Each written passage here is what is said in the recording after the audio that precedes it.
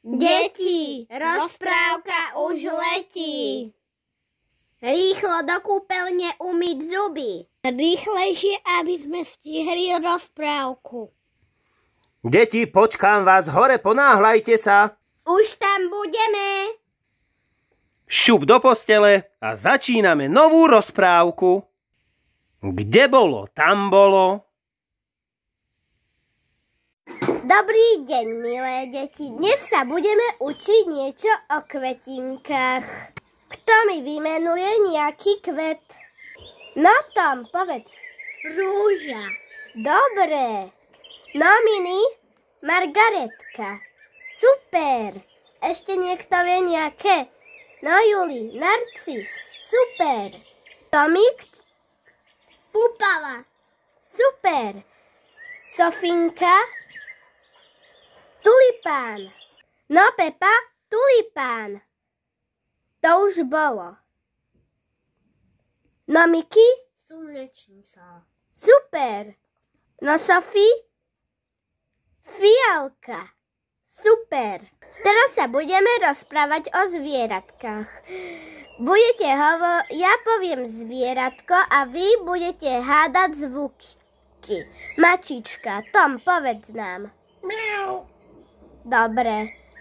Mini, povedz nám tigra. Sofinka, včielka. Miky, Maus, povedz kravu. Julinka, povedz nám kozičku.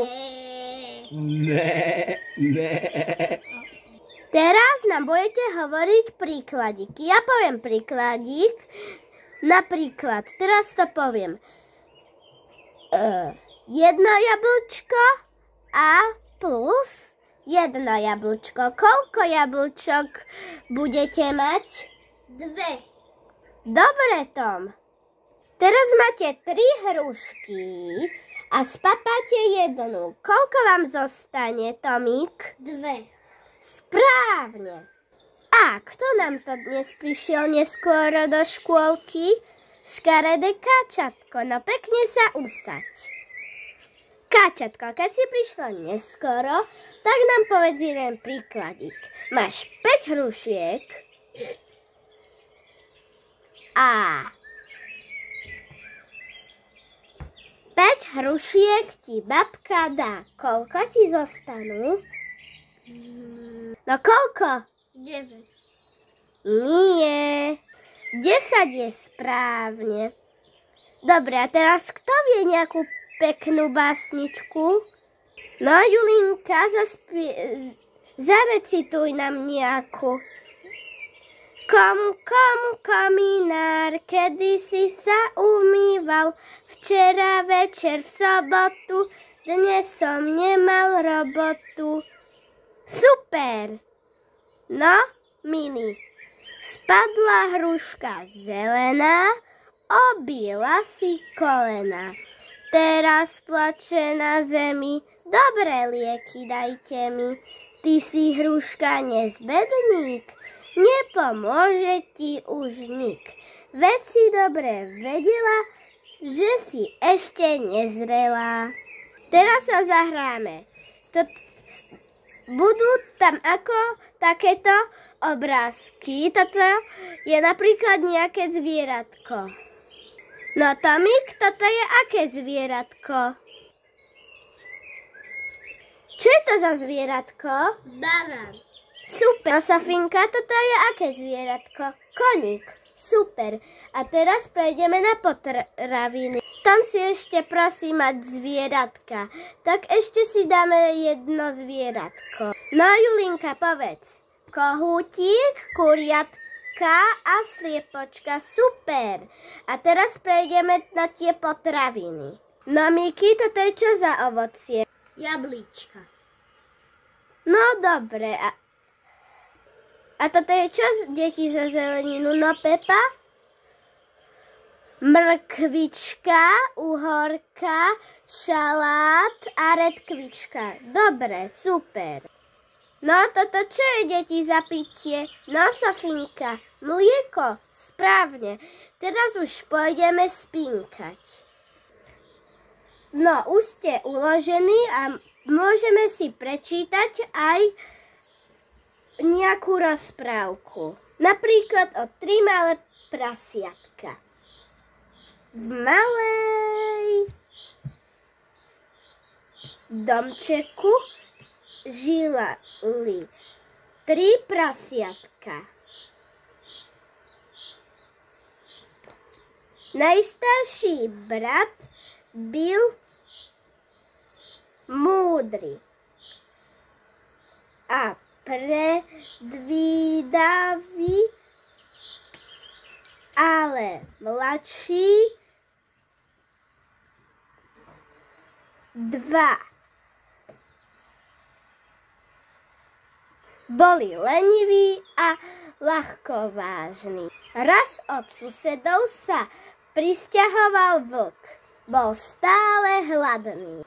A prasiatka vedeli, že im hrozí nebezpečenstvo. A tak sa prasiatka rozhodli, že idú nájsť bezpečnejšie miesto. Prasiatka išli dlho, až prišli ku jazierku a tam sa im páčilo.